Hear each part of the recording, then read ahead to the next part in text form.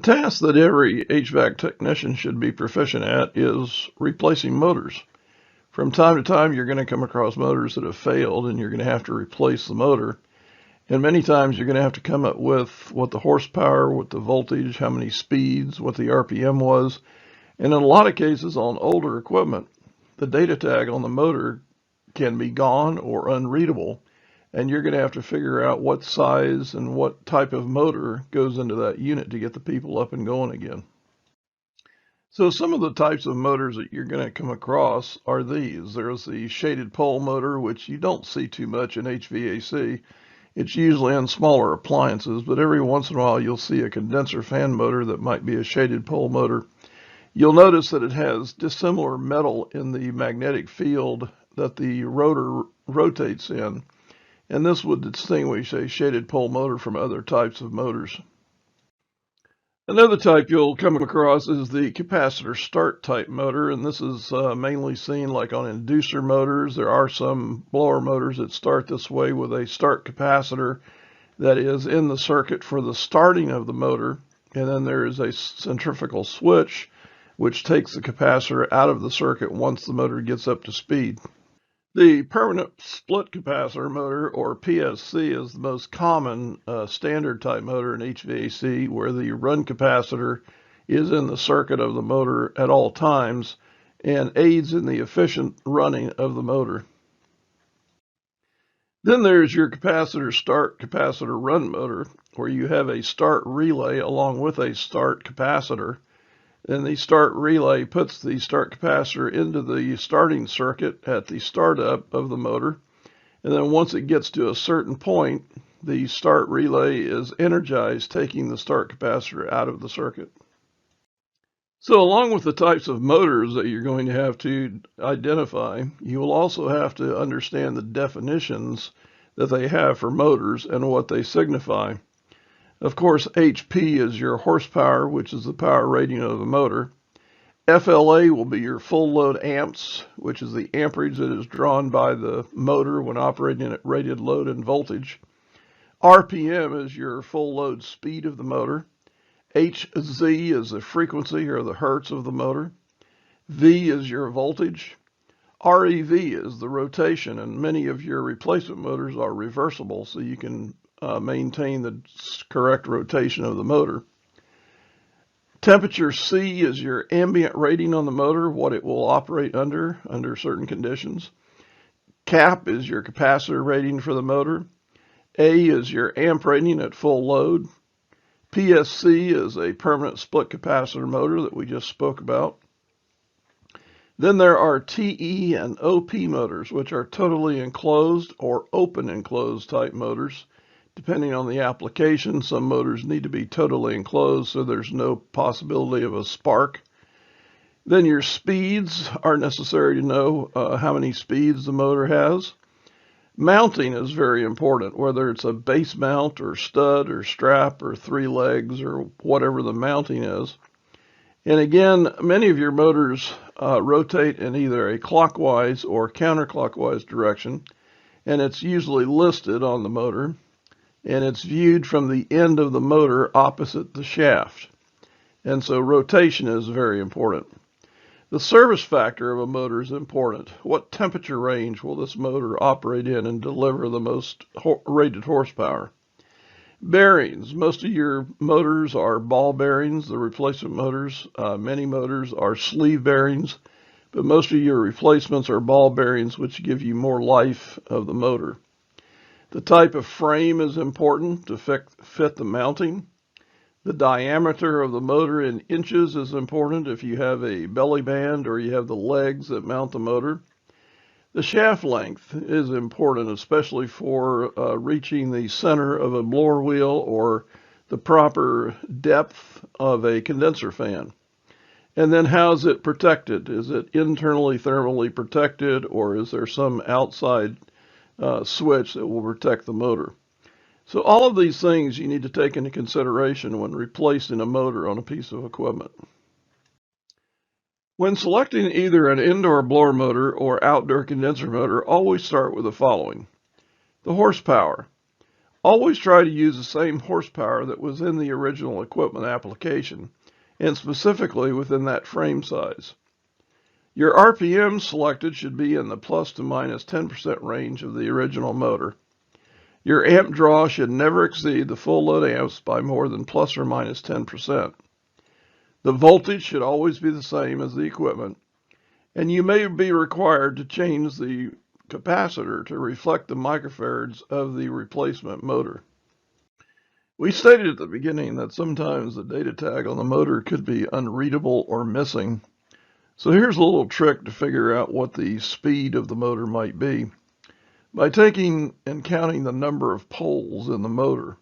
In this example, we have a motor that has 6 poles.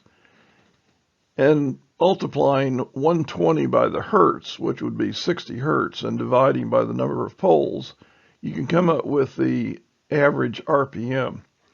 In this case, on a 6-pole motor, it would be about 1140 or a 1075 motor. So keep this little trick in mind when you're trying to identify motors that don't have a data tag.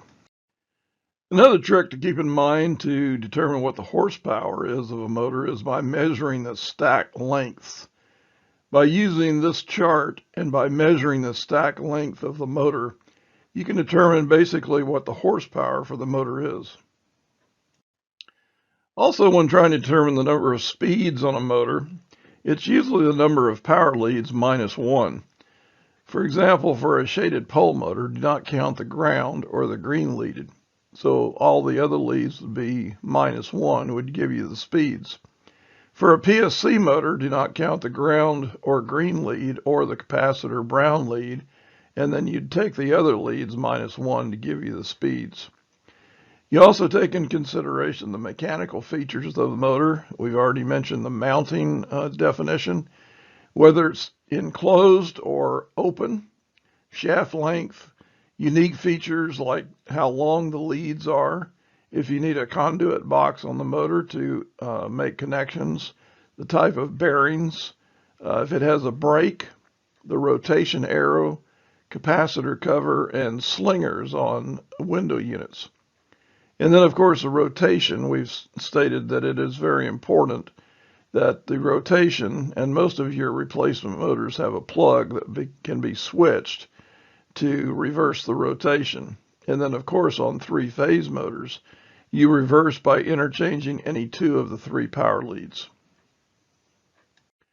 You need to, of course, know what the voltage is the motor is running on, and this is usually accomplished by taking a quick reading with a voltmeter of the power being supplied to the motor. Then the wiring. We get this call quite often when motors are substituted and the technician in the field doesn't know how to wire the replacement motor in.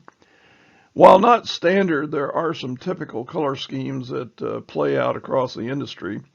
White is usually a common lead on 115 volt units. Yellow or purple is usually a common lead on the 230 volt motors.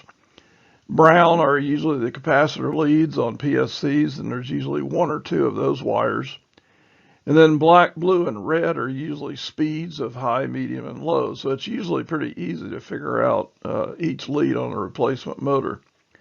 When replacing a PSC motor, it's a good practice to also replace the capacitor, as it might have been damaged or could have become weak.